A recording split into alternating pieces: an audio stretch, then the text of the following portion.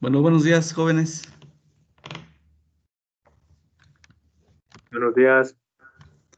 Buenos días, profe. Va. Buenos días. Hola. Pues vamos a esperar unos momentitos a ver si que se conecten más de sus compañeros y para que demos inicio.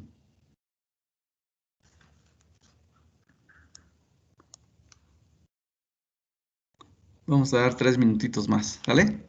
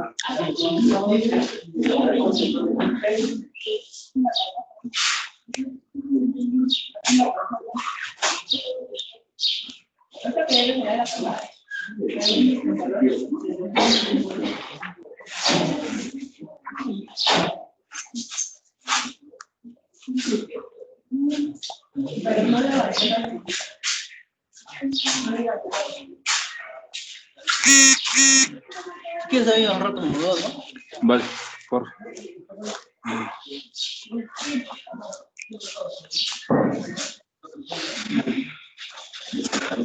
Ahí.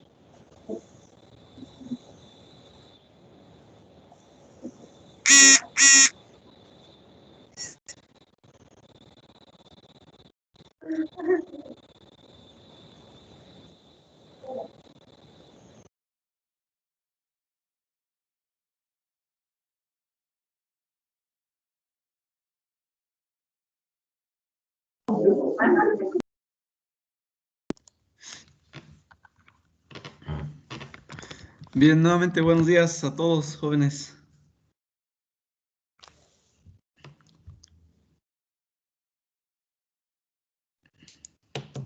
¿Sí me escuchan? Sí. sí, Bien. profe. Profesor, ¿se escucha? Ok. Miren, vamos a iniciar nuestra clase. Todavía creo que faltan algunos en conectarse, ojalá que lo vayan haciendo. El curso es sobre producción de hortalizas. Inicialmente estaba programado que el curso se los iba a ofrecer el doctor Efraín Contreras Magaña, nada más por algunos problemitas que tiene, pero esperemos que pronto se pueda reintegrar. Y entonces nos encomendaron al doctor Jesús Magdaleno y un servidor que impartiéramos este curso a los dos grupos. Entonces, ya nos pusimos de acuerdo con el doctor Jesús. Miren, lo vamos a impartir entre los dos. Va a ser más o menos la mitad del curso lo voy a impartir yo. Y la otra mitad, el doctor Jesús Magdaleno. Vamos a poner algunas aclaraciones antes de iniciar. Vamos a considerar que pues algunos hacen un poco más de esfuerzos para conectarse. Yo espero que lo hagan todos. Entonces la evaluación lo vamos a dividir, digamos, en la siguiente manera. 90% va a ser el total de la evaluación por exámenes, por la cuestión de que no tenemos oportunidad de hacer prácticas. Tenemos un horario de prácticas, pero déjenme grabar la clase para cualquier cosa. Pues ¿alguien ya lo está grabando? Sí, estoy grabando, profe. Muy bien. Entonces, a ver, algo pasó aquí. Bueno, ya lo están grabando, ¿verdad? Excelente.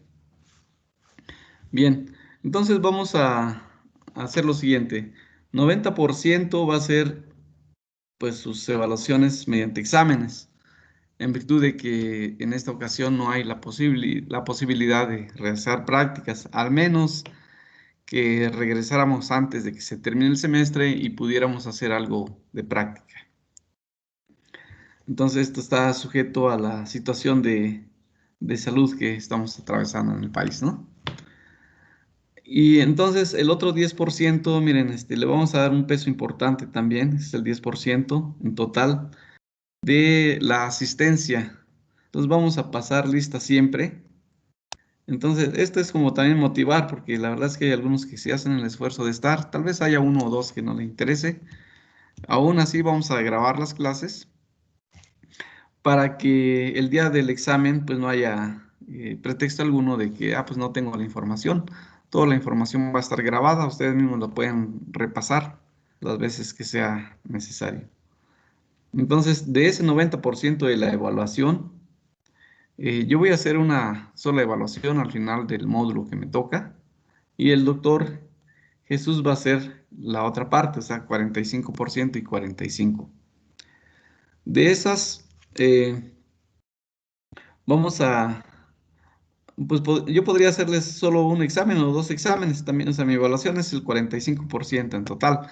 No sé si prefieran un solo examen al final del módulo, que es como a mitad de curso, o les puedo hacer dos exámenes, tomar su consideración como prefieran.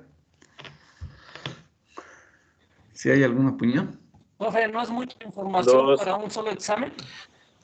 Sí, Dos es bastante estarían bien, información, ¿no? pero es información que es, yo creo, digerible, no es tan complicada. Entonces, podría ser, pero si prefieren, lo hacemos en dos exámenes, no tengo ningún inconveniente. Dos exámenes, profe. ¿Prefieren dos exámenes? Sí, dos exámenes. Sí. Sí. Bueno, entonces Exámenes. podría ser lo mismo seguramente con el doctor Jesús. Sí, Cuando dos estén con él, lo pueden definir. Entonces, no hay problema, no tengo inconveniente, hacemos dos exámenes. ¿Sí? Más o menos, yo les diría cuando vayamos a la mitad del material que yo les comparto. ¿Perdón? Lo escucho. Sí, considero que mejor esperemos a los demás grupos, a los demás integrantes, para considerar cuántos exámenes se deberían realizar. Sí, mira, nada más el único detalle es que no sabemos si se van a conectar o no se van a conectar. Entonces, yo creo que Si quieren, podemos ir preguntando en los grupos. Es que muchos compañeros están trabajando ahorita. sí. Mira, Pues según aparte la clase es a las 9. ¿Cómo?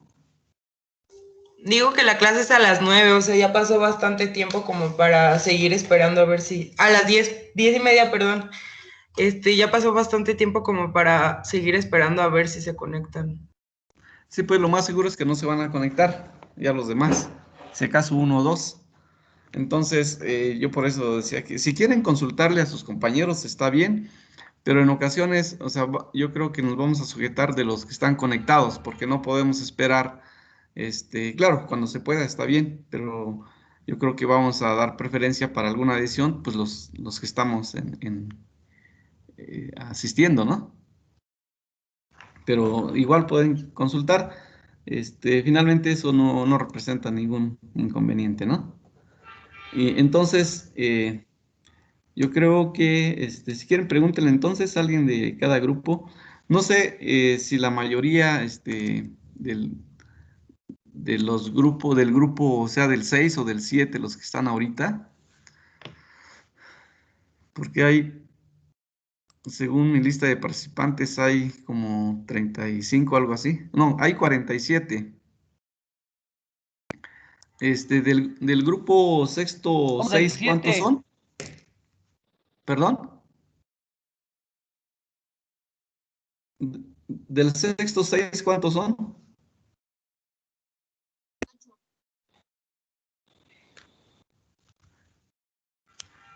No sé si está la jefa de grupo o alguien que sepa cuántos son para más o menos tener el dato. 38, profe.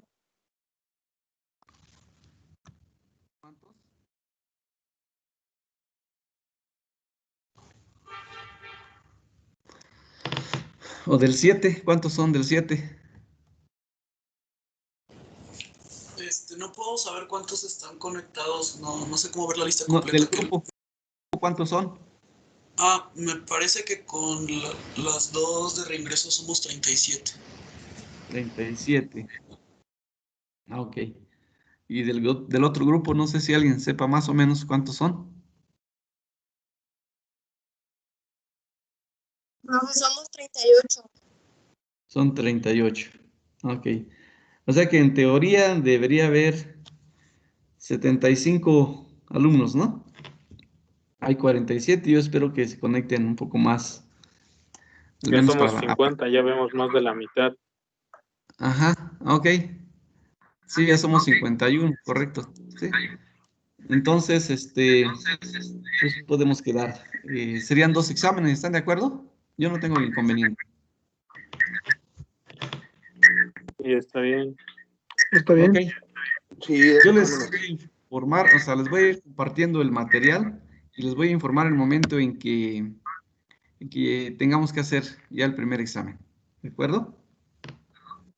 Entonces, finalmente, digamos que del curso son 50% que me toca evaluar a mí y 50% el doctor Jesús.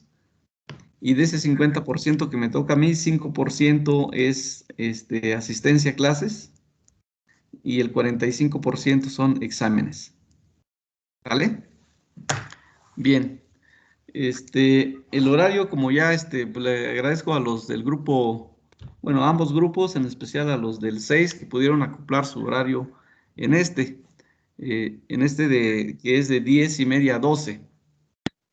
Entonces creo que de esa forma podemos ser un poquito más eficientes en el tiempo. Finalmente, en línea yo creo que no hay limitación como cuando es en un salón que pues sí se complica mucho, ¿verdad? Entonces, no sé si tengan alguna pregunta antes de iniciar formalmente el curso.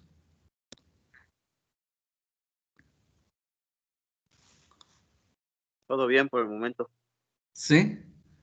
Bueno, entonces les voy a compartir una información y vamos a empezar el curso.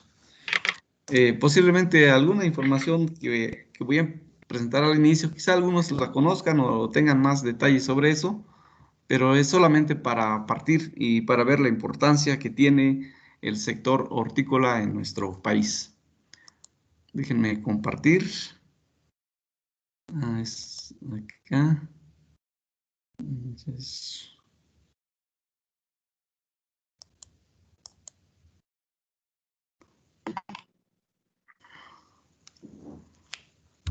mm,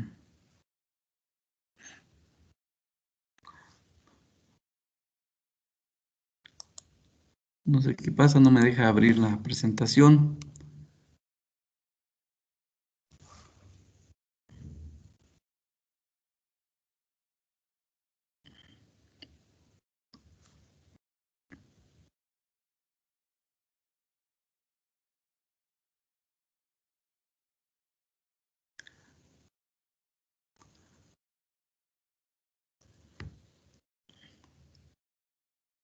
A ver, O alguien me puede apoyar. O sea, sí lo he utilizado, pero no sé qué pasa ahora. Quiero compartir.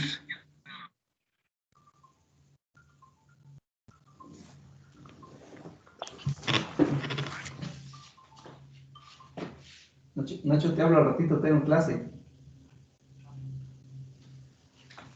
A ver.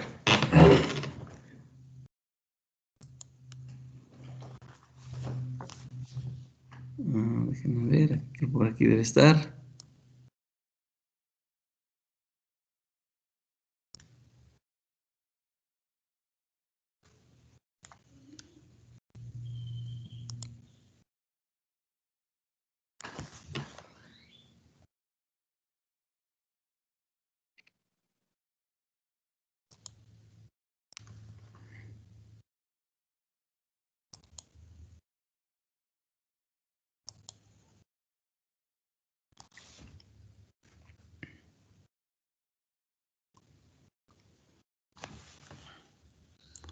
No sé qué esté pasando, pero no me Ya deja se empezó a compartir. compartir su pantalla.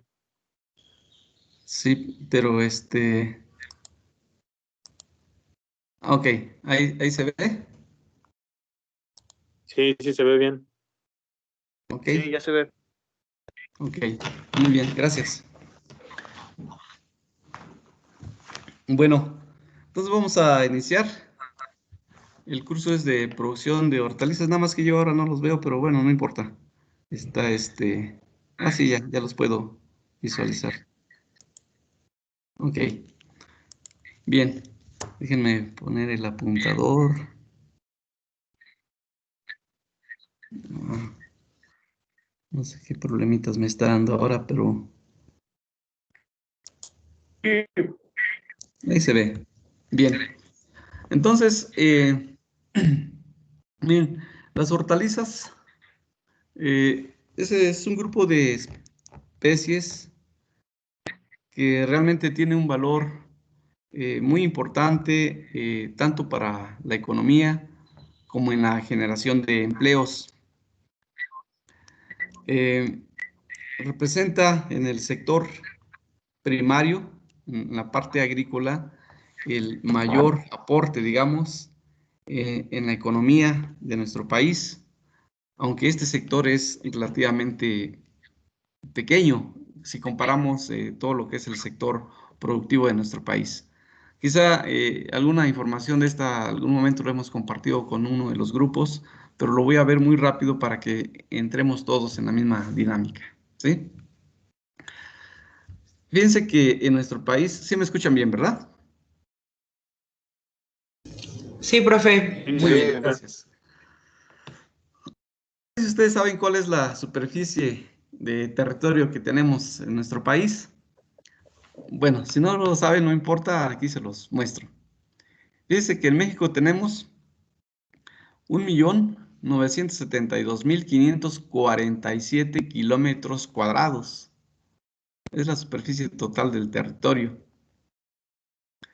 Esto, si lo convertimos en hectáreas, representa más o menos 200 millones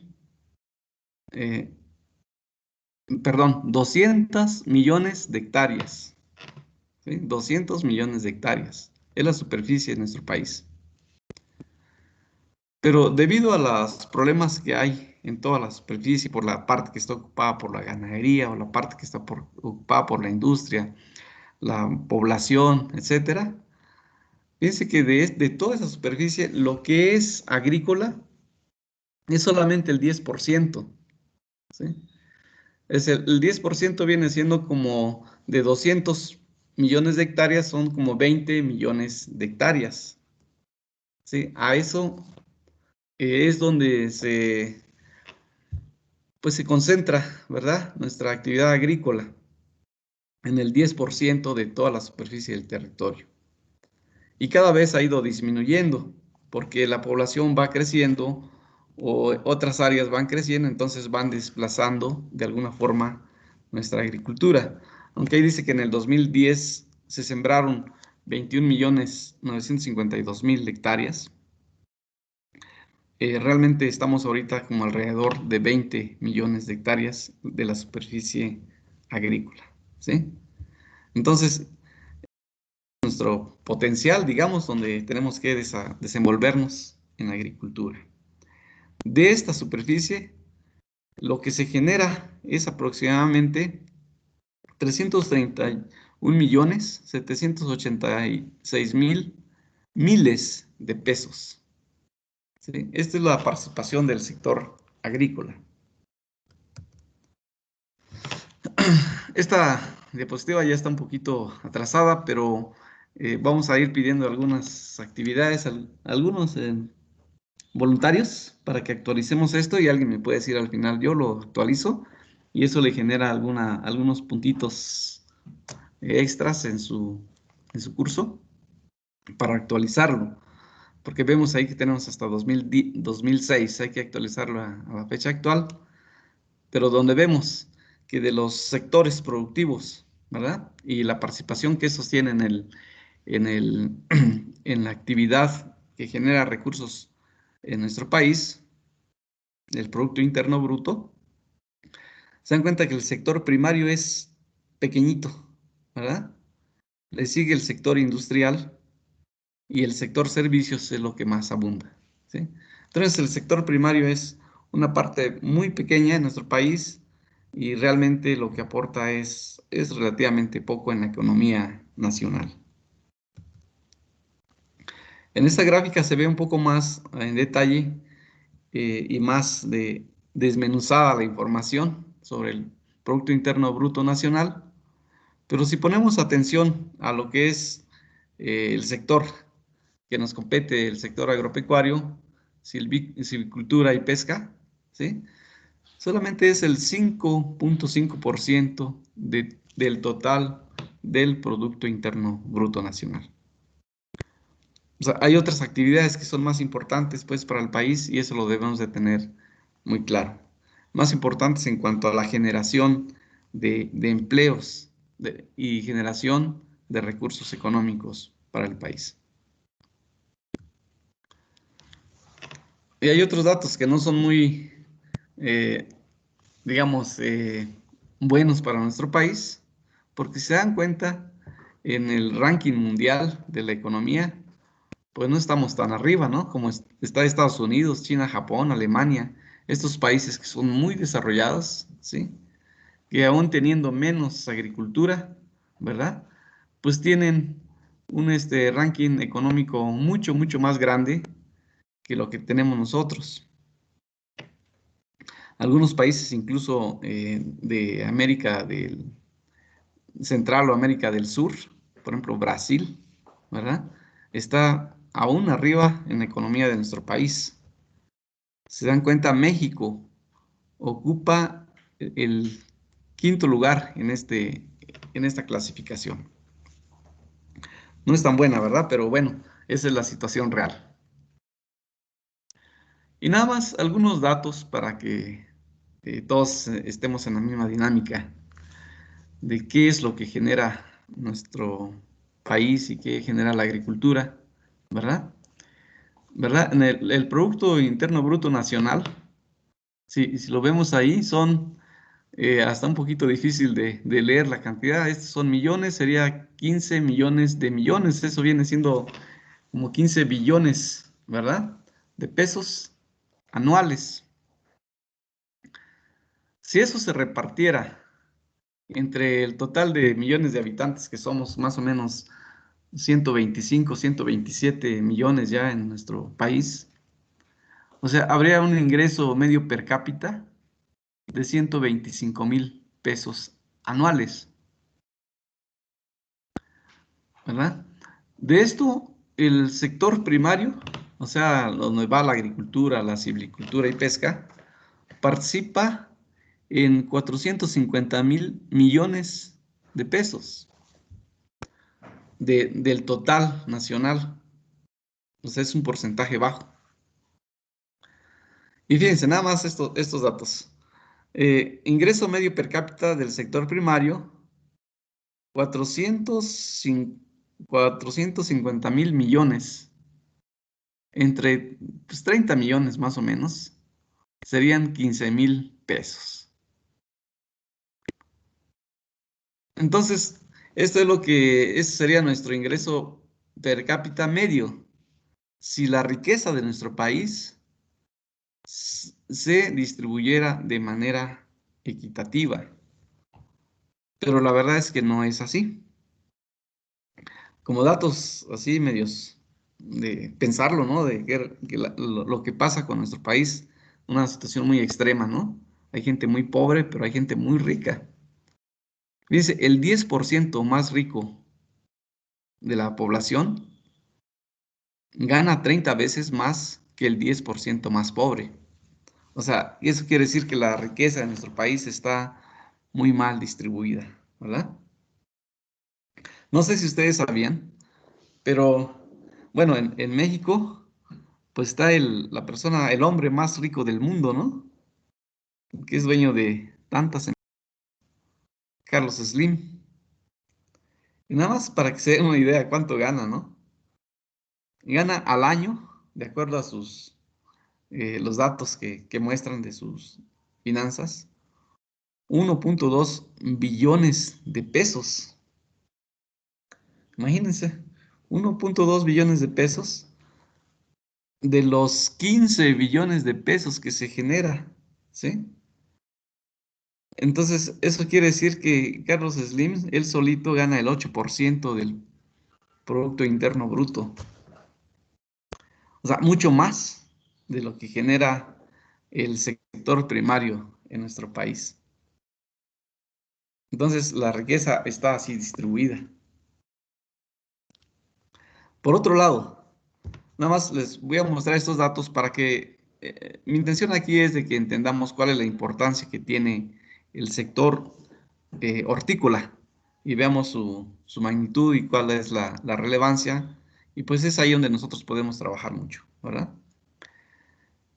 En la parte de cultivos básicos, en esta gráfica nos muestra muy claro cuál es la cantidad de hectáreas sembradas por cultivo en el 2010.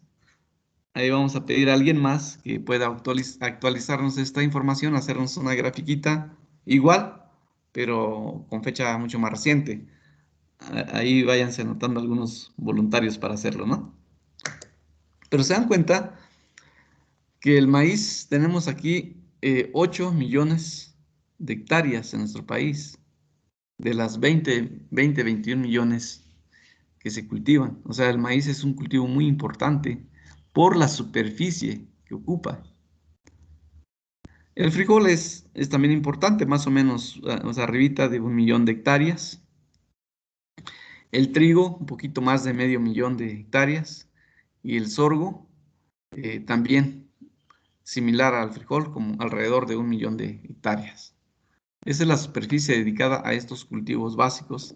Entonces, realmente, si se dan cuenta, es como la mitad o un poquito más de la superficie que se cultiva entre estos cultivos, además de otros cultivos básicos que se producen en menor superficie. Y este es el valor de la producción que generan estos cultivos, ¿sí? Aquí son en miles de pesos. Aquí son 70 millones, pero de miles de pesos, lo que genera, no, aquí son 60, perdón, para el maíz son 60 millones, ¿sí?, de miles de pesos. O sea, 60,000 millones de pesos. Eso es lo que aporta en la producción, en la economía, el cultivo de maíz de grano. Y lo mismo para el frijol. Ajá, son cantidades pues más pequeñas, ¿verdad? Entonces, como ven, aquí cabe resaltar que el maíz de grano es muy útil sobre todo en la superficie, aunque no cuando veamos o comparemos lo que pasa con otras especies, pero vamos a ver que realmente es importante por la superficie que ocupa. Ahora, la superficie sembrada con las hortalizas más importantes en nuestro país son las siguientes. Entre estas está varios tipos de chiles verdes, la papa, el jitomate o tomate rojo, el tomate verde, sandía, cebolla y pepino, entre otras. ¿Sí? Entonces, fíjense que la cantidad de superficie que se siembra para cada una de estas, 140,000 hectáreas para chile verde, más o menos 50,000 hectáreas para papa y algo similar para jitomate. Un poquito menos, bueno, tal vez papa y jitomate sean pues casi 45,000, ¿no? O aquí si los centramos, más o menos 50,000 hectáreas, ¿verdad?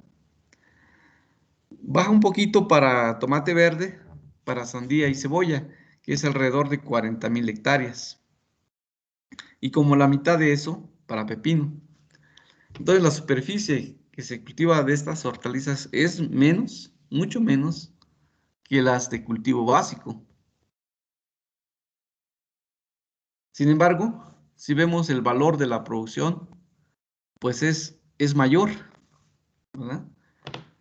Me voy a regresar a la diapositiva de cultivos básicos para que vean. En caso de maíz, 60,000, o sea, son miles, 60 millones de pesos, o sea, 60,000 millones. Mientras que de estas hortalizas es mucho más, ¿verdad? Aquí estamos hablando de 16,000 miles de pesos. ¿Sí? Entonces, la aportación en la economía o de los ingresos que generan las hortalizas respecto a su superficie agrícola cultivada, que es mucho menor, entonces su aportación, digamos, por unidad de superficie o por hectáreas, pues es mucho, mucho mayor. Entonces, esto nos muestra la importancia que tienen las hortalizas, ¿verdad? ¿Y por qué les muestro esta información? Porque pues vamos a revisar el manejo, la tecnología y lo que se hace con los diferentes cultivos, los más importantes en nuestro país. Y la idea es que al final del curso ustedes tengan una idea bastante amplia de cómo es la hortaliza y cómo se manejan cada una de estas, porque ustedes van a estar inmersos en esta área en este sector. Bien, ahora, no sé si hay alguna pregunta hasta ese momento.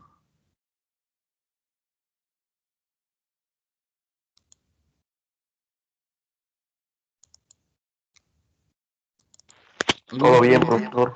¿Todo bien? Ok. Bien, entonces ahora vamos a... ¿Ya están viendo la siguiente presentación de producción de plántula? Sí, ya. Sí. Ok, Sí. muy bien, gracias. Bueno, el proceso de producción de cualquier cultivo, pues inicia con obtener primero una plántula. O sea, es importante destacar que cuando estamos, ya sea en sistemas de producción a campo abierto, o en producción en condiciones de agricultura protegida, ya sea macrotúneles, microtúneles, o invernaderos o casa sombra, una de las claves para lograr éxito en la producción es obtener plántulas de alta calidad. ¿Sí? Entonces, ¿cómo vamos a hacerle para obtener plántulas de alta calidad? Pues vamos a ir revisando y ustedes pueden ir preguntando en cualquier momento para que tengamos claro en qué consiste la producción de plántula. ¿Sí? En el sector hortícola, o sea, la mayor parte de las hortalizas a nivel nacional, ahora los productores, aunque antes hacían siembra directas, la mayor parte ahora, casi digamos el 99%, utiliza plántula en vez de semilla directa, aunque en ocasiones se puede justificar la producción de siembra directa. Pero entonces vamos a tratar de explicarles en qué consiste el proceso de producción de plántula. O sea, antes de iniciar entonces en sí el cultivo, pues tenemos que ver algunos detalles previas, o sea, previas al cultivo, cómo debe ser o qué elementos debemos considerar para lograr una buena producción de plántula. ¿Sí? Primero, si vamos a producir, tenemos que hacer una serie de toma de decisiones, en el cual, a ver si está en presentación de PowerPoint, ¿sí, verdad? Ahí está mejor.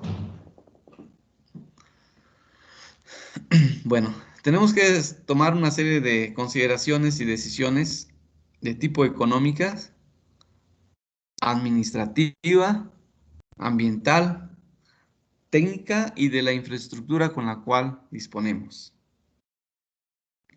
Entonces, una vez que ya sabemos qué cultivo vamos a sembrar, que es el primer pasito, ¿verdad?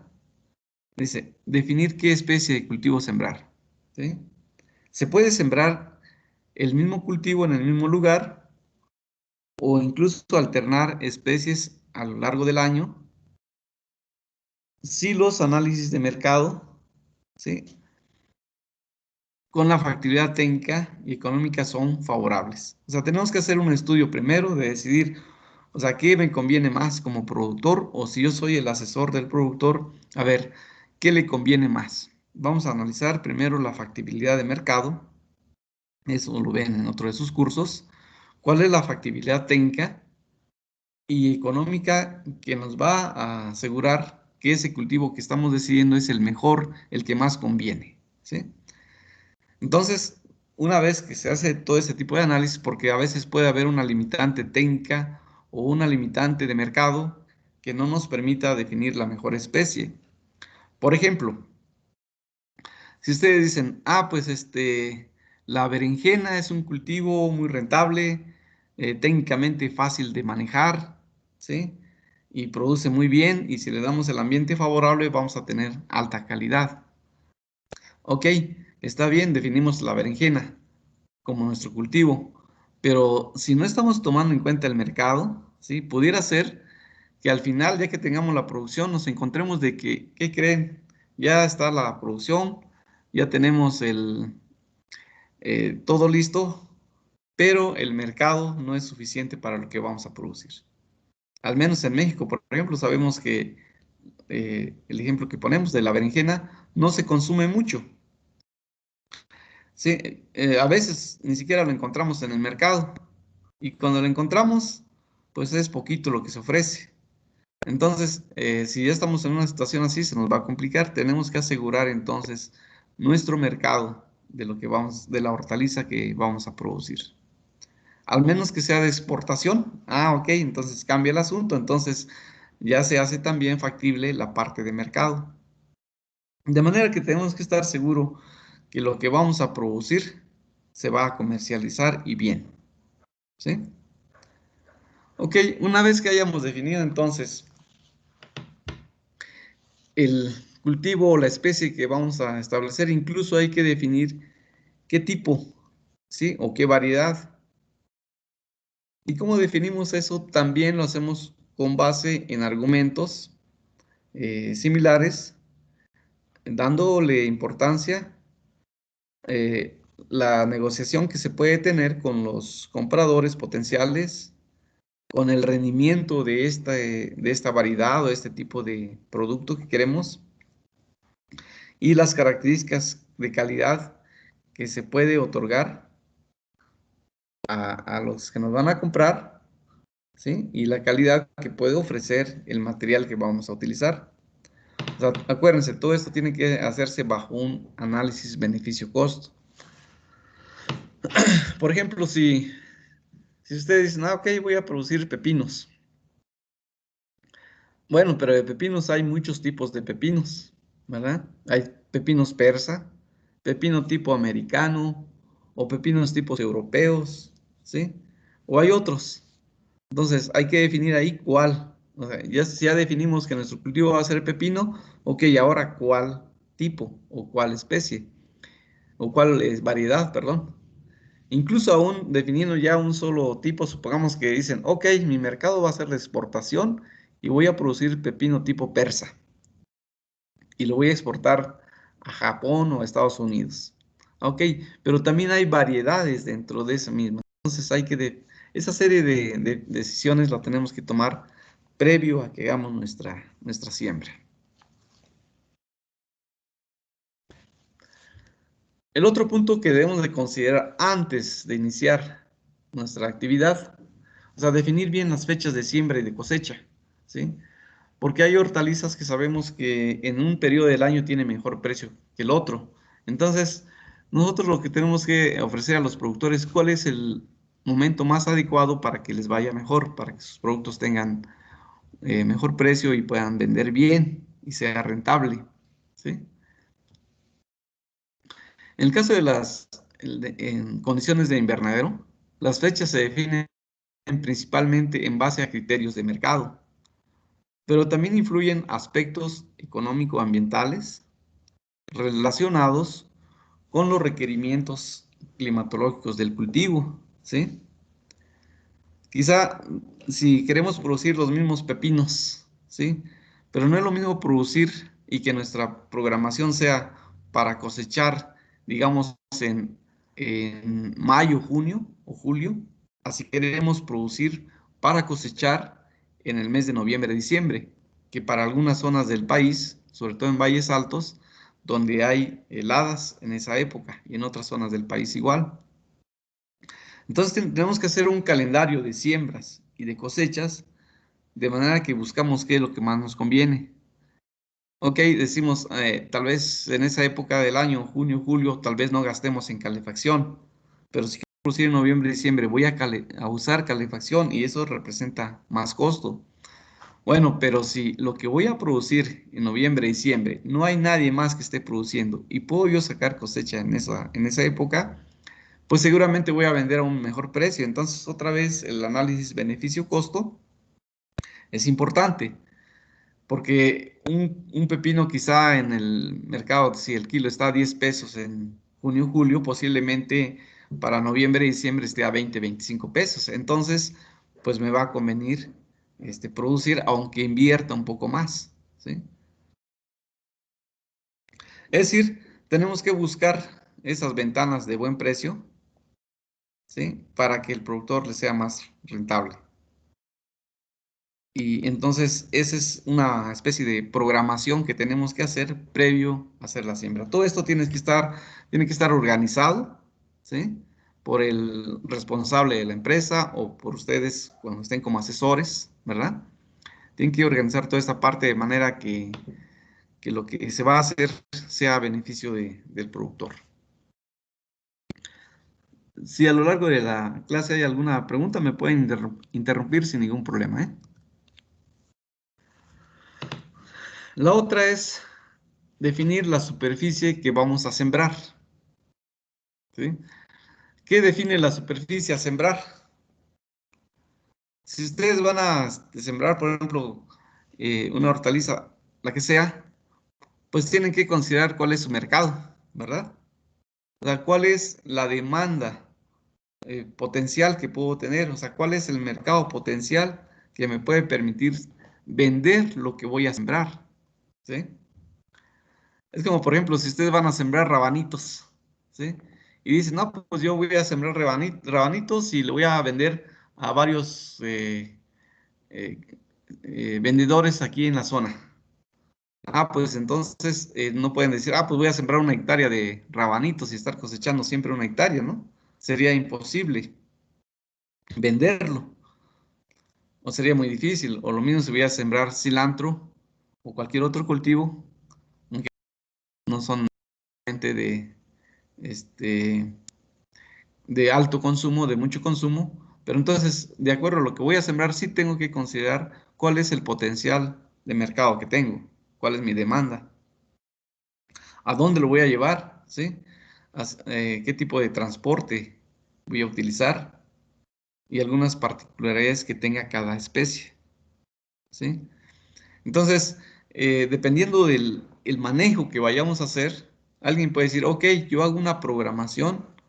O sea, sí puedo vender semanalmente o quincenalmente una cierta cantidad y hago una programación de esa manera.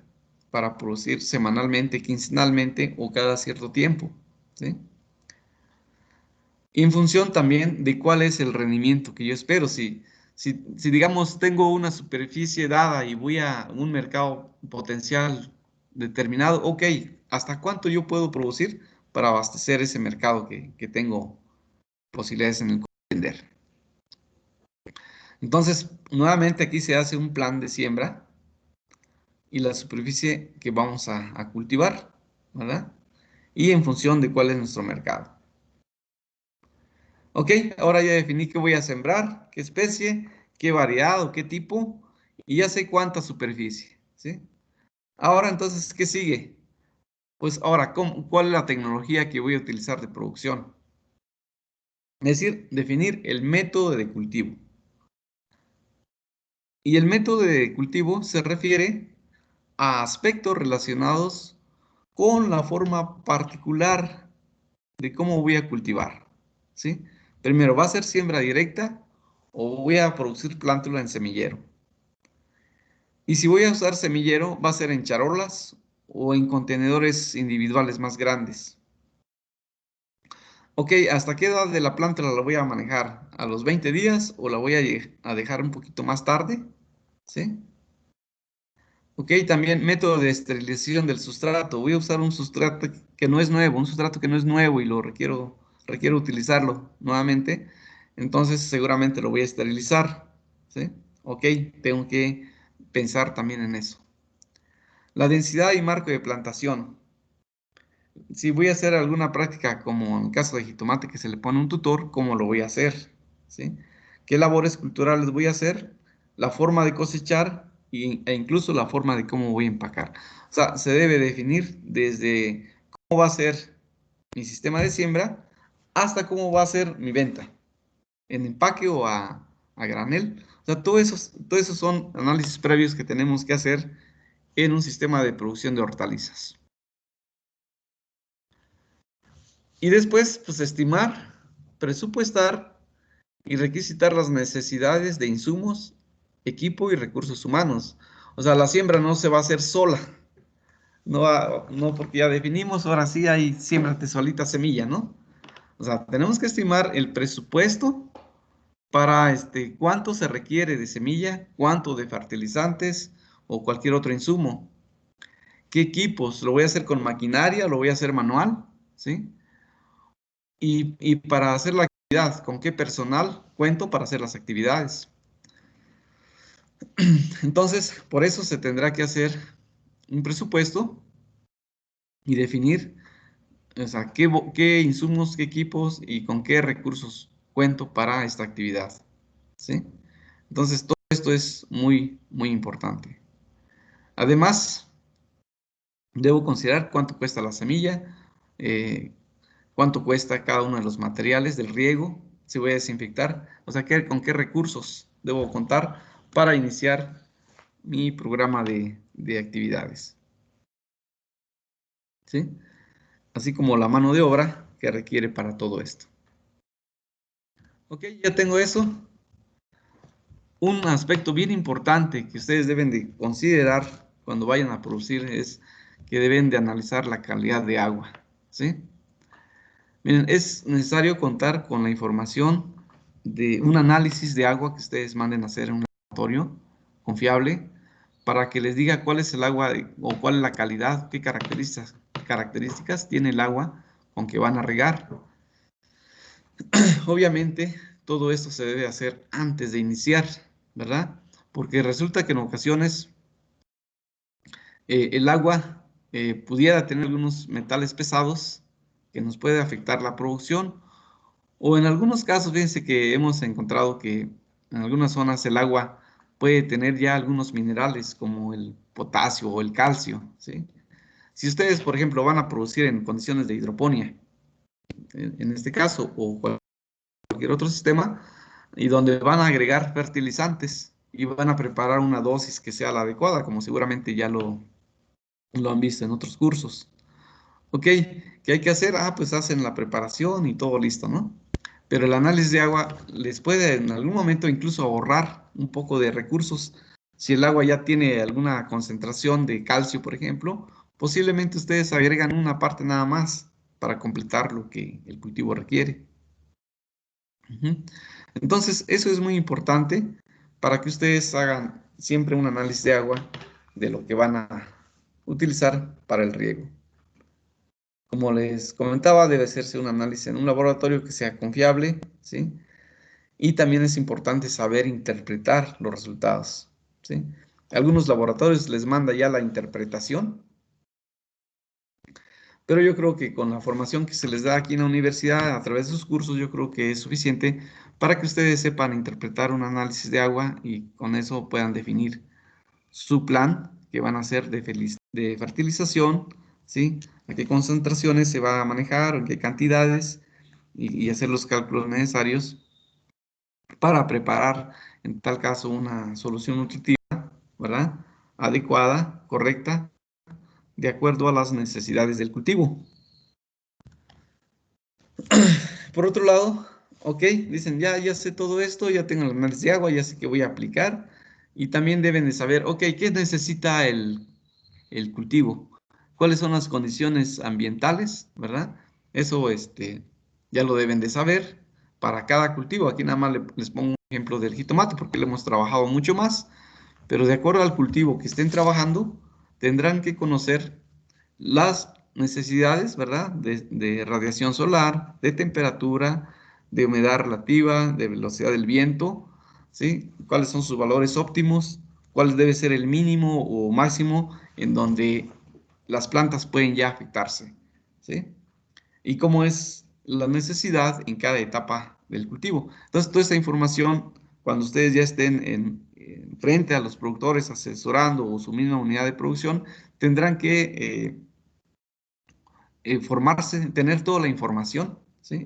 Ahora sí que empaparse de la información necesaria de cada cultivo. De igual manera, ¿cuáles son las necesidades edáficas o condiciones ambientales óptimas para la raíz, ¿verdad? Como la temperatura, ya sea del suelo o sustrato, el pH del agua con la que van a regar, o el pH del suelo, ¿verdad? Porque mucha de la producción es en suelo.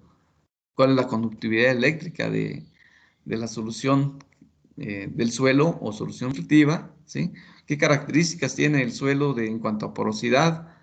Hay suelos muy arcillosos, hay unos muy arenosos, o sea, cómo manejar cada uno de estos en función a las necesidades del cultivo que estén produciendo.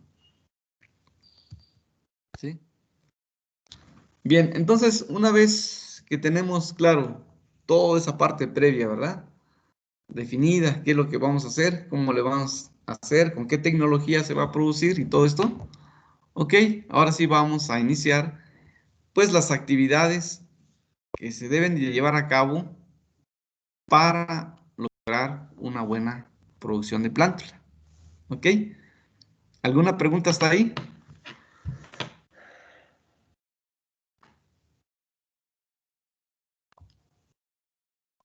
Todo bien, profe. Todo bien, bueno. O si de repente voy muy rápido o muy lento, también me pueden ir guiando para que todo vaya bien. ¿Ok? Bien, entonces ya definimos qué vamos a hacer. Ahora sí, vamos a iniciar, ya tenemos nuestro material listo, vamos a iniciar con las actividades que se hacen y cómo se deben de hacer en el semillero.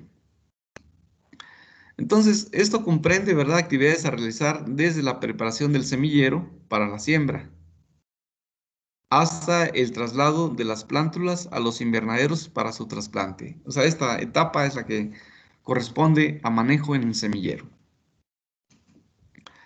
Entonces, como ejemplo, y para facilitar la exposición, vamos a describir el proceso, considerando que se trata de un cultivo de jitomate manejado en charolas de 200 cavidades para realizar el trasplante aproximadamente 30 días después de la siembra.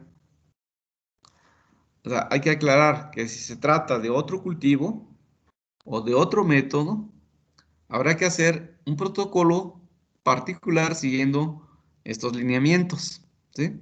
Entonces vamos a suponer que es un cultivo, y ponemos esto como ejemplo porque es un cultivo muy importante entre las hortalizas, ya lo vimos, jitomate, y es el sistema de manejo que más se usa en la producción de plántulas en charolas de 200 cavidades. Sin embargo, vamos a hablar de otras formas más de cómo lograr incluso más calidad. Pero bajo estas condiciones y en este cultivo y este manejo, este sería el protocolo que debemos de seguir. Entonces, ¿cuáles son las actividades en el semillero? Primero, entonces, es la preparación del semillero. Nuestro semillero debe ser un lugar completamente limpio, ¿sí? Desinfectado. Y como dice ahí, debe hacerse exactamente una desinfección y limpieza del invernadero o del sitio del mismo usando como semillero, ¿sí? Entonces, en el ambiente, aunque esté dentro de un invernadero, siempre hay, pues, solo cuando sea un invernadero nuevo, posiblemente no esté contaminado. Pero con lo que han visto ustedes, saben que en todo invernadero, después de un ciclo, empieza a haber problemas de enfermedades, ¿sí? O de otro tipo. Entonces, ¿qué tenemos que hacer? Si vamos a usar, ya sea parte de un invernadero, porque muchos en el mismo invernadero donde van a producir, ahí siembran o ahí establecen su semillero. Aunque lo recomendable es tener, si vamos a producir plántula, lo ideal es tener un pequeño invernadero especial como semillero. Bueno, cualquiera de las dos formas, tenemos que seguir la indicación de que se debe desinfectar completamente. Hay varias formas, pero fíjense que lo más común y que no sale tampoco muy caro es usar formalina, o también se usa bastante las sales cuaternarias de amonio. Son productos que no son tóxicos y que hacen una buena desinfección del invernadero. Como vamos a utilizar charolas, cuando son nuevas, pues no tienen ningún problema, ¿verdad? Pero una charola, pues la podemos utilizar varias veces. Entonces, esas charolas que ya la utilizamos, por lo menos una vez, para la siguiente hay que lavarlas muy bien y desinfectarlas igual, ¿sí? ¿Cómo le hacemos? Hay que lavarlas con jabón y agua y después meterlas en una solución con cloro. Ahorita les voy a explicar cómo.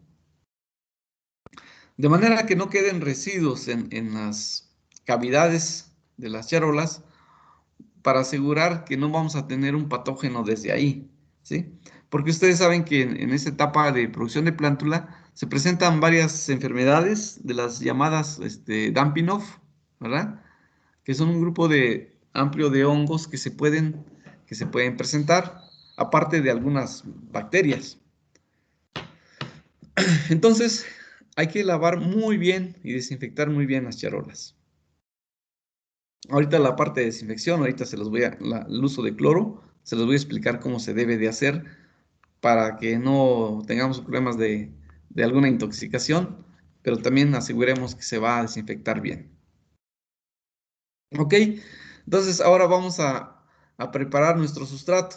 Si ya tenemos desinfectado el invernadero, ya tenemos listas nuestras charolas, ahora vamos a preparar el sustrato de siembra, ¿sí? Hay varios sustratos que se pueden utilizar, pero hay unos que son bastante comerciales, ¿sí?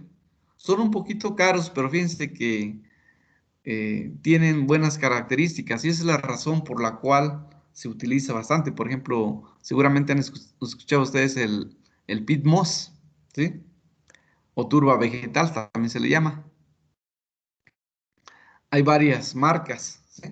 En el caso también hay que tener cuidado, fíjense, porque a veces resulta que, y ha pasado, nos ha tocado ver con algunos productores que de repente no se cercioran o no se aseguran bien y piden un sustrato y de repente ven que el sustrato viene muy, muy grueso, como todavía viene como la maderita, ¿no? Entonces viene muy grueso. Entonces tiene que ser especial el sustrato para semillero.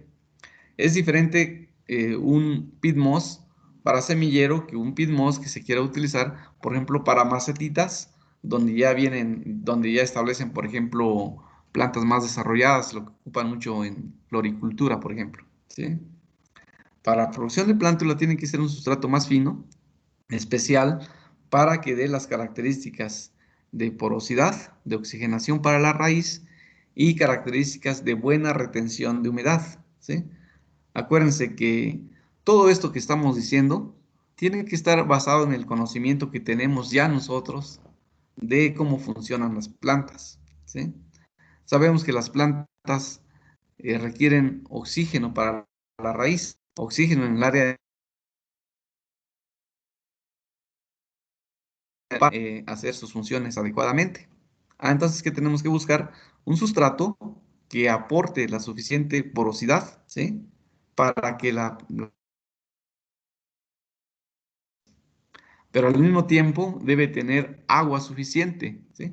Entonces hay que buscar un balance de ahí entre el agua y porosidad para que la plántula tenga oxígeno, pero a la vez la capacidad de retención de humedad para aportar los nutrientes a través de ese medio, ¿sí? Entonces, hay que cuidar qué sustratos vamos a utilizar. Y les digo porque ha pasado. Entonces, no se confíen en de que, ok, pida Pitmoss y ya llegó, y más si se trata de cantidades grandes. Imagínense, van a sembrar para 5 hectáreas en invernadero, un mundo de plántulas, ¿no? Ok, ya está el sustrato y a la hora de abrir el sustrato no es el adecuado, pues ahí ya tenemos problemas, ¿no? O sea, problemas porque no nos va a servir y no nos va a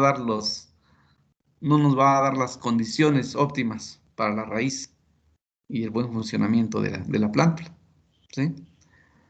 Entonces hay que ser cuidadoso en esos detalles.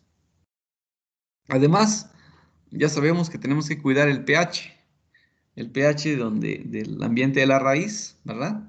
Y en otros cursos les han explicado que el ambiente en cuanto al pH óptimo está entre 5.5 y 6.5, ¿sí? Entonces hay que cuidar esos detalles para que desde ahí nuestra plántula crezca y se desarrolle con buena calidad. Hay muchos sustratos, la misma perlita, ¿sí? O la vermiculita, que también son adecuados y por eso se utilizan bastante, porque dan buena porosidad y buena retención de humedad. Entonces, o se pueden usar solos o en mezclas, ¿sí? Entonces, pues nosotros hemos utilizado muchas veces por el costo, porque a veces el Pitmoss es un poco más caro que la perlita. Hacemos mezclas incluso de Pitmoss y perlita, más o menos en una proporción 1:1 en volumen, digamos 100 litros de Pitmoss y 100 litros de perlita. Y la vermiculita a veces la utilizamos solamente como para cubrir una vez que ya hicimos la siembra. Para cubrir es un material suave que incluso ayuda o facilita a que la semilla vaya en el momento de la germinación, ¿sí? Entonces, hay que ser cuidadoso en ese detalle. Pero aparte de eso, a la hora de humedecer el sustrato, o sea, ya tenemos nuestro material, ya definimos, vamos a humedecer el sustrato también. Entonces tenemos que tener un balance, acuérdense, entre agua y porosidad. O sea, de manera que el sustrato no debe estar completamente saturado de agua y tampoco debe estar seco, ¿sí?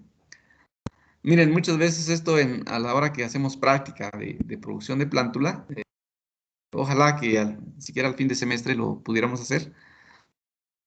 Ahí les indico, incluso a veces, bueno, tocar, sentir cómo se siente la humedad del sustrato para decir, ok, o sea, con la experiencia práctica, dice uno, ok, tiene suficiente humedad, pero también le queda porosidad, ¿no? Bueno, entonces también hay que cuidar qué tanta humedad vamos a manejar. En algún caso es preferible un poco más de humedad a que esté seco, ¿sí? Porque un sustrato que está húmedo, si no está lo suficientemente húmedo y ustedes ponen la semilla, y si se pierde esa humedad, va a ocurrir que la semilla va a iniciar su proceso de germinación. O sea, se va a empezar a hinchar la semilla, van a empezar a actuar algunas enzimas, ¿verdad?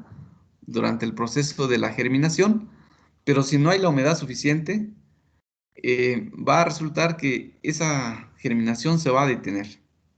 Entonces imagínense que estén sembrando, no sé, por ejemplo, 100,000, para 100,000 plántulas, ¿no? Hay variedades muy caras, en jitomate en particular hay variedades que cuestan como 3, 4 pesos una semilla, o hasta más. Imagínense, se van a sembrar 100,000 semillas a 4 pesos de pura semilla, y si ocurre ese detalle que no cuidaron la humedad suficiente y empezó la germinación y se detuvo, son 400,000 pesos que estarían echando a perder. Y sería pues crítico. A lo mejor hasta nos corren del trabajo, ¿no? Pero bueno, por eso es importante esos detalles, aunque a veces, no, la humedad, aunque esté húmedo, no, es bien importante considerarlo, ¿no? Incluso la forma de llenar las charolas es importante.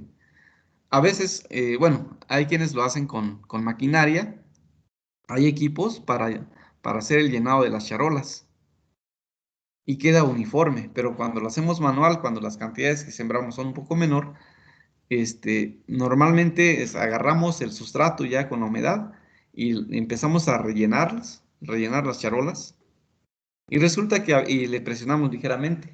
Y muchas veces, si nosotros tocamos la parte del centro de la charola, las cavidades centrales están suficientemente compactas.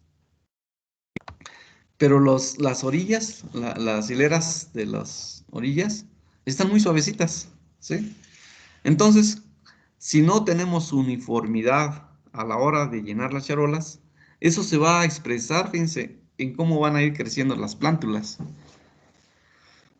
Una cavidad, digamos, si tenemos una cavidad a la cual se le colocó la semilla y estuvo bien en cuanto a la cantidad de sustrato y la compacidad, digamos, qué tan compacto era, no tan compacto, pero tampoco muy flojito el sustrato, pues la plántula empieza a crecer bien.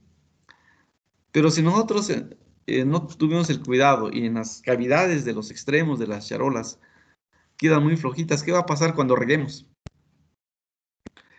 El sustrato tiende a bajar, ¿sí? Y de por sí el volumen de contenedor es pequeño.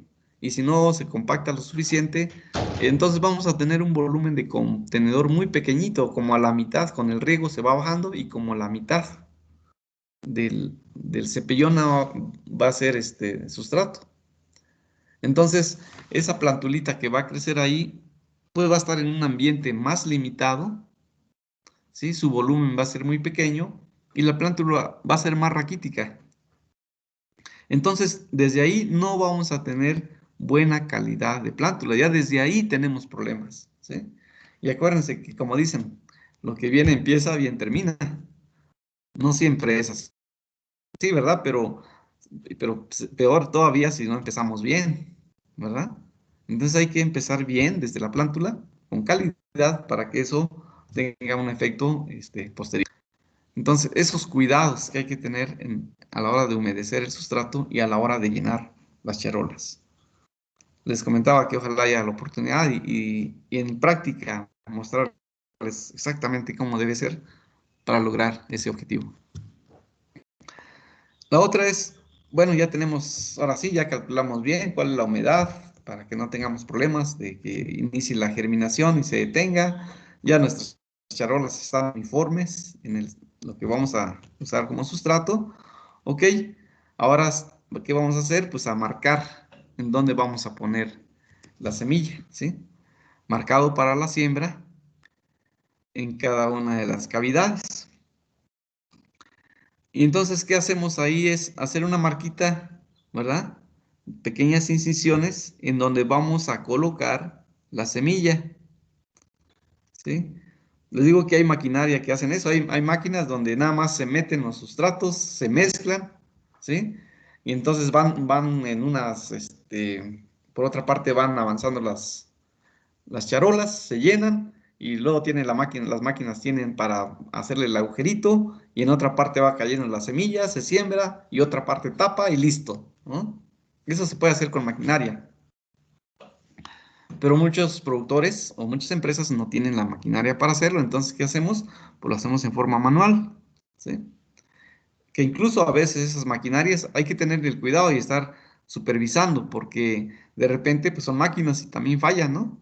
De repente un tornillo por ahí se aflojó un poco, o cualquier detalle, entonces ya no está haciendo el orificio a la profundidad que tenía que hacerse, y pues ya es un problema. Ok, marcamos normalmente si vamos a colocar una sola semilla por cavidad, ¿sí? Hacemos la marca en el centro, y algo que es también muy importante es la profundidad de siembra. La profundidad de siembra depende mucho del tamaño de la semilla, ¿sí? O sea, si son semillas como ustedes conocen la semilla del jitomate, la semilla de pimientos, bueno, de chiles en general, ¿sí? Son semillas pequeñas, ¿sí? Entonces, ese tipo de semillas, la profundidad a la que vamos a sembrar no debe de ir más allá de medio centímetro, ¿sí? Ya si por ahí nos falló la medida, ya exagerando 1 centímetro de profundidad, ¿sí? Pero si se trata de semillas un poco más grandes, el pepino, por ejemplo, la calabacita, la sandía, son semillas un poco más grandes, bueno, esas las podemos colocar a 1 centímetro sin ningún problema, o 1,2 centímetros, ¿sí? No más allá de 1,5 centímetros, ¿sí?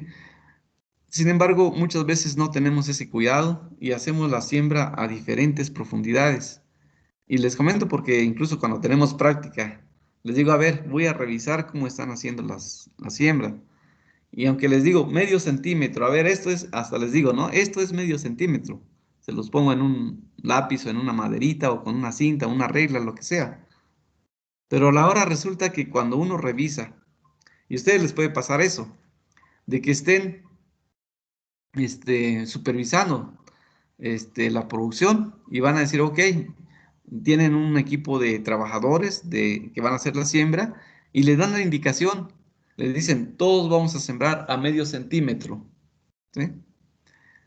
Y a la hora de que pasan y revisan, van a ver que algunos están sembrando a medio centímetro, otros están sembrando a escasamente 3 milímetros de profundidad y otros están sembrando hasta 1,5 centímetros o si no es que 2 centímetros. O sea, una semilla que está hasta allá abajo de la cavidad. ¿Y qué creen que va a pasar en ese caso? ¿Alguien me puede decir? Cuando no sembramos de manera uniforme, unos a medio centímetros, otros a 1, otros a 1,5, otros a 3 milímetros. ¿Qué puede pasar con una siembra si la hacemos así tan desuniforme?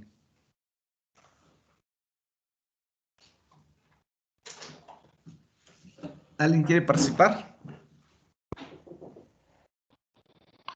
A la hora de germinar va a estar de diferentes formas de salir, o sea, no va a salir pareja. Ajá. Sí, correcto. ¿Qué más? Las de hasta abajo posiblemente no germinen. Ajá. ¿Y qué más? Y las que están hasta arriba se pierdan. Ajá. Muy bien. Yo quiero opinar, profesor. Sí. Adelante. Bueno, la Sí. uniformidad, la uniformidad no va a ser la misma al momento del trasplante y no Sí. sé, a los 15 días o a los 20, cuando algunas ya requieran de más agua y algunas no estén germinando, pues se podrían podrir y perder bastante. Ajá. Sí. O sea, lo que están diciendo es correcto. Efectivamente pasa eso. Entonces, algunas semillas exactamente están tan profundas que no tienen la capacidad la fuerza suficiente para la germinación. O sea, puede ser que se hinche ahí la semilla tantito, inicia la germinación, pero no emerge, ¿sí? O si además de eso compactamos un poco el sustrato, pues ahí se queda enrolladita la radícula, como que aparece la radícula y hasta ahí llega, ¿sí? Y las que llegan a germinar, como bien lo decía el otro de sus compañeros, el primero de sus compañeros que opinó, efectivamente viene mucha desuniformidad en el desarrollo de las plántulas, ¿sí? Unas vienen más grandes, otras más pequeñitas, y todo eso, pues desde ahí empieza a haber problemas en la calidad, ¿sí? Entonces, y a veces, incluso también como ya lo señalaron, y a veces ya no germina, ya no emerge. Tal vez inicia la germinación, pero ya no emerge, ¿sí? Entonces ya no se da la emergencia. Y esto ha pasado con productores. Yo recuerdo que hace unos años, en un curso que tuvimos con unos productores, les explicamos en detalle esto, así como se lo estoy comentando. Tengan mucho cuidado porque es pérdida de semilla. Imagínense, a lo mejor cuando tenemos nuestras prácticas, decimos, bueno, si se pierden las 500 semillas que usamos, las 1000 semillas que usamos, pues para una práctica o 2000, pues finalmente, pues ni siquiera lo pusimos nosotros el dinero, ¿no? Ya se perdió, ni modo. Pero porque no nos está costando. Pero imagínense que sean ustedes los productores y ya perder 5000 semillas, así, o si se trata de una unidad de producción mucho mayor, o sea, representa una pérdida económica bastante fuerte, ¿sí? Y les comentaba que en ese curso a algunos productores igual les explicaba, miren, tengan mucho cuidado en esto, ¿no? Ok, está bien. Y uno de ellos, como un mes después o 2 meses después, recuerdo que me habló por teléfono y me dice, oiga, doctor, fíjese que hice mi siembra, como nos explicó, y pues ya llevo, dice, ya llevo como 14 días o 12 días, 12 días creo que llevaba, y mi semilla de jitomate y usó una buena variedad comercial, pues, de los híbridos. Dice, no germina. Y le digo, pero pues ¿cómo no germina? O sea, el jitomate más o menos de que se siembra, como los 5 días ya vemos que empieza a correr la emergencia, ¿verdad? A veces a los 4 días, dependiendo de la variedad. Por mucho que se tarde una variedad en germinar, tarda 8 días, exagerando, ¿no? Y más o menos al cuarto, quinto día ya vemos que viene la emergencia. Ah, pero este productor dice, no, pues ya llevo 12 días. Y dice, y no germinó, y apenas creo que vi como dos que ahí medio germinaron, pero todavía, entonces, y pues le digo, pues ya es suficiente tiempo para que haya germinado. Entonces le digo, oiga, ¿cómo cómo preparó la charola, la siembra y todo? Ya me explicó. Iba bien, hasta el llenado, más o menos iba bien. Y le digo, ¿cómo sembró? ¿A qué profundidad? A ver, le digo, rásquele en una de las cavidades o unas 2, 3 cavidades y a ver si en dónde encuentra la semilla. Ya rascó eso, ¿no? No, dice, pues aquí están las semillas, casi al fondo, ¿no? Como a 2,5 centímetros. O sea, ¿cuándo va a germinar esa semilla?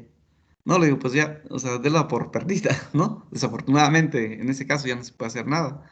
Y algunas que estaban ahí medios encima les escrabó y las recuperó, pero realmente prácticamente se pierde, ¿no? Entonces, por eso esos cuidados, ténganlo muy en cuenta porque a veces se toma así nada más como, pues no importa mucho, pero cuando se trata de invertir, esos cuidados, esos detalles pueden hacer alguna diferencia en tener una buena producción. Y además, imagínense si ustedes tienen un compromiso de que esa plántula, si alguien se dedica a vender plántula o alguien tiene esa plántula porque va a producir y hay un programa, ¿no? Para tal fecha debe salir. Entonces ya no va a salir, o sea, todo el plan se modifica, fíjense, por un detalle tan aparentemente sencillo que no cuidamos, ¿no? Entonces, lo mejor es siempre saber cuál profundidad que vamos a manejar y siempre uniforme, ¿sí? Eso les va a garantizar una calidad de plántula mucho mejor y que no haya tanta variación en el crecimiento desde un inicio. Profe, ¿Sí? a una compañera no le sirve el micrófono, pero tiene una duda para usted. Sí, adelante. Dice que por qué se utiliza sustrato para la germinación de semilla y por qué no solo usar suelo. Bueno, hay muchas razones, ¿sí?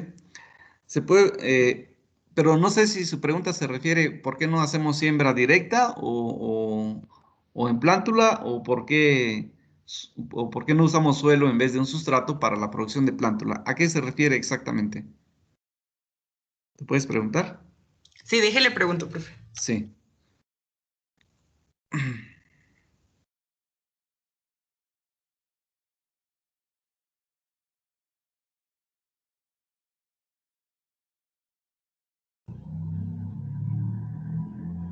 Dice que es, o sea, solo por qué no usar suelo, no específicamente siembra directa.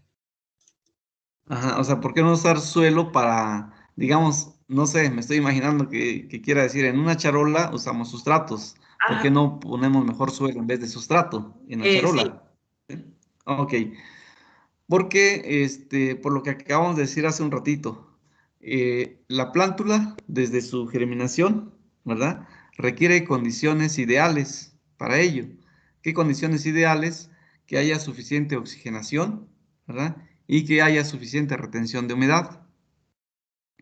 A la vez, estos sustratos que se usan muy comercialmente, sí tienen esas propiedades. De hecho, no sé si ustedes hicieron, yo supongo que no por la cuestión de lo de la que pasó, que no se pudo hacer prácticas en su curso de sistemas hidropónicos, pero ahí cuando se hace una práctica de eso se puede determinar cuál es la porosidad de estos sustratos.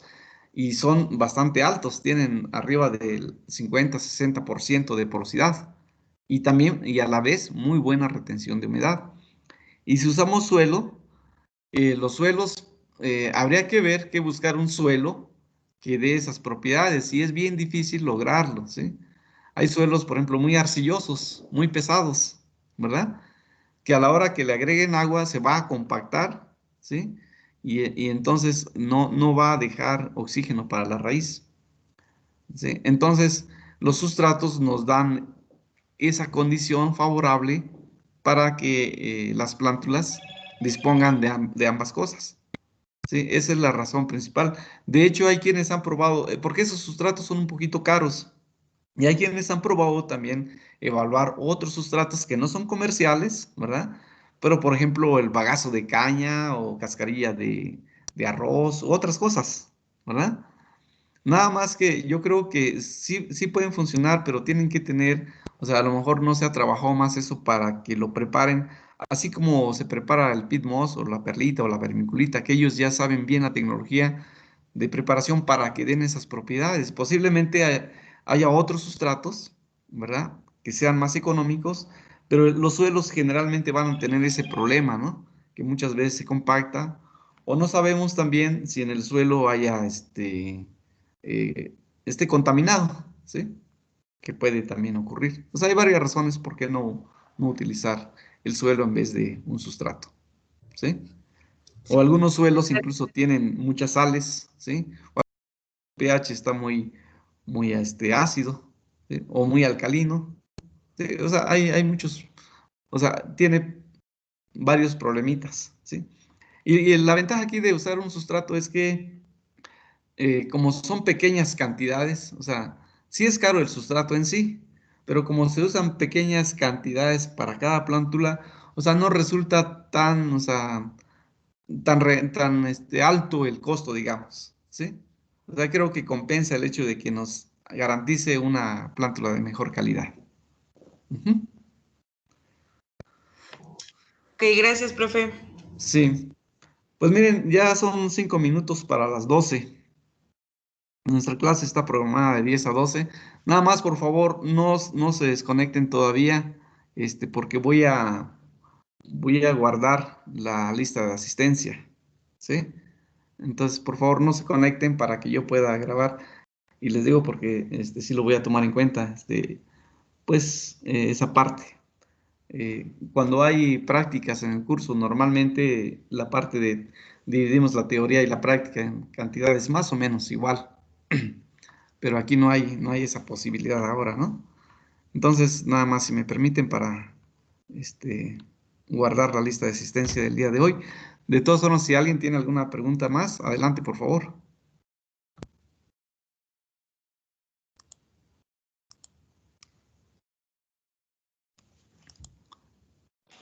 Profe, yo tengo una pregunta.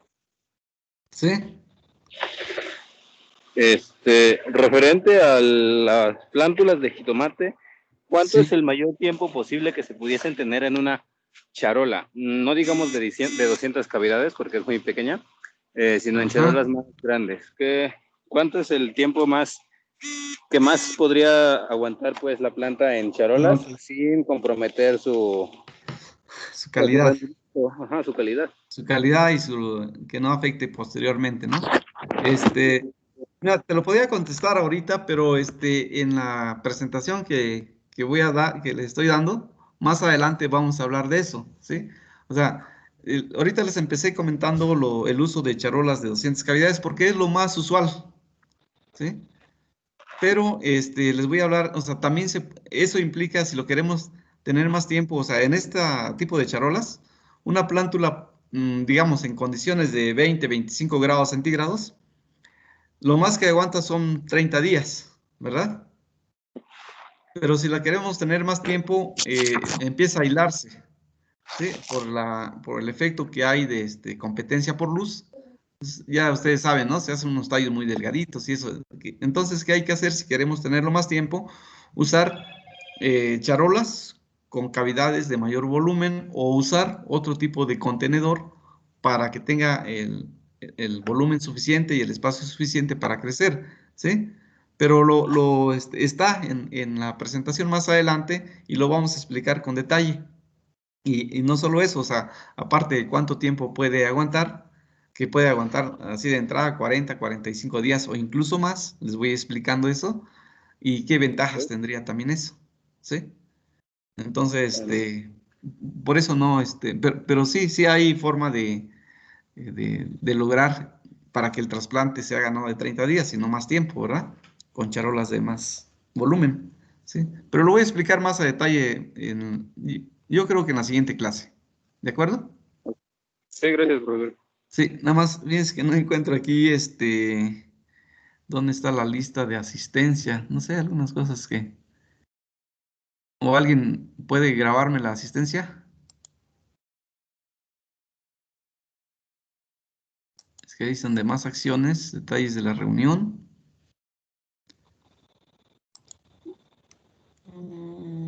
Ah, a ver, es que... ¿o alguien puede hacer eso?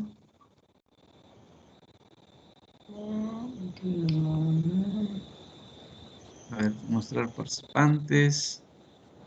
Ay, ay, ay. A ver, déjenme ver. Más acciones. Ah, ya, descargar lista de asistencia. Ya la encontré, gracias. Descargar lista de asistencia. Descargar lista de asistencia. Ok, ya está la lista de asistencia. Bien, jóvenes, no sé si hay alguna otra pregunta, si no, aquí le vamos a dejar. Y nos vemos entonces los martes y jueves. Nos estaríamos viendo el próximo martes. Yo una pregunta, profe.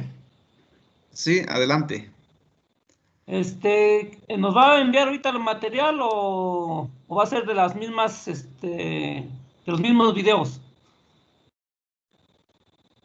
Les puedo agregar el material, no tengo ningún inconveniente.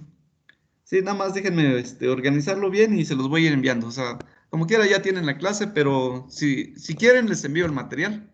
Como ustedes Por digan. favor. Ok, bien. Nada más, Bueno, ya está bien. ¿perdón?